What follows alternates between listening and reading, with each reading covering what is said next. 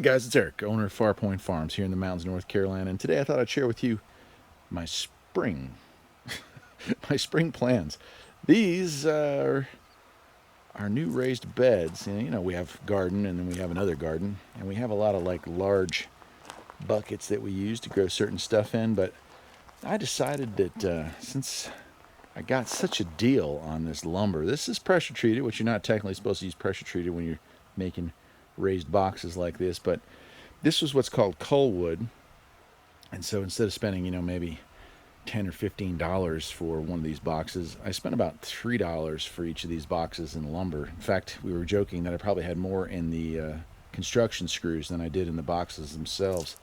These little pieces that I used to secure everything, those are actually pallet pieces, so just recycling. But got some dirt that I dug out downrange there and put up here, and yeah, so I'm working on that today. It's actually about 5 in the afternoon. I'm pretty much done for the day, but we are going to do tomatoes here. I've had really good luck with tomatoes on the property in buckets, not so much in our actual gardens, and I figured I'd do them here with these raised beds. Since we get so much rain, I thought it might be helpful to keep an eye on things, and they're right up against the house here, but this is just dead space. We had a little decorative cherry tree that was here, and it died, and so nothing's been here since then. So if you try to do projects like this, you can really break the bank doing stuff like this if you don't, you know, work smart, I would say. And so the way to work smart is to go down to your local home improvement store and see if they have what's called a cull pack. Now you might have to, you can see right there, that one there is bent, you know, it's bowed, but it doesn't matter. Some of them had big cuts or gouges in them or just too many knots, but the deal you get when you buy something that you wouldn't want to use maybe for your house or a deck, but would just be fine for filling full of dirt, man, what a deal. So I'm in this, all 4 of these, less than $20, if you can believe that.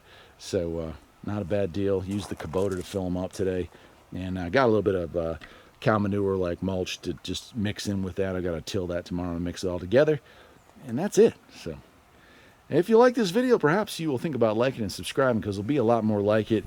Spring is sprung here on the farm, and it is time to get to planting. So we're getting ready for it. And this year, with the things that are going on in the world, well, it seems like a good idea to maybe up the amount of food that we grow here on the farm.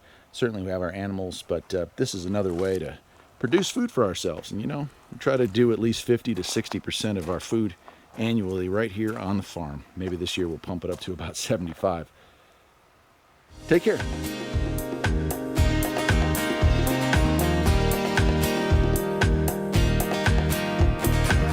There's always something that needs a little fixing on Warpage Farms. Freedom is mighty sweet.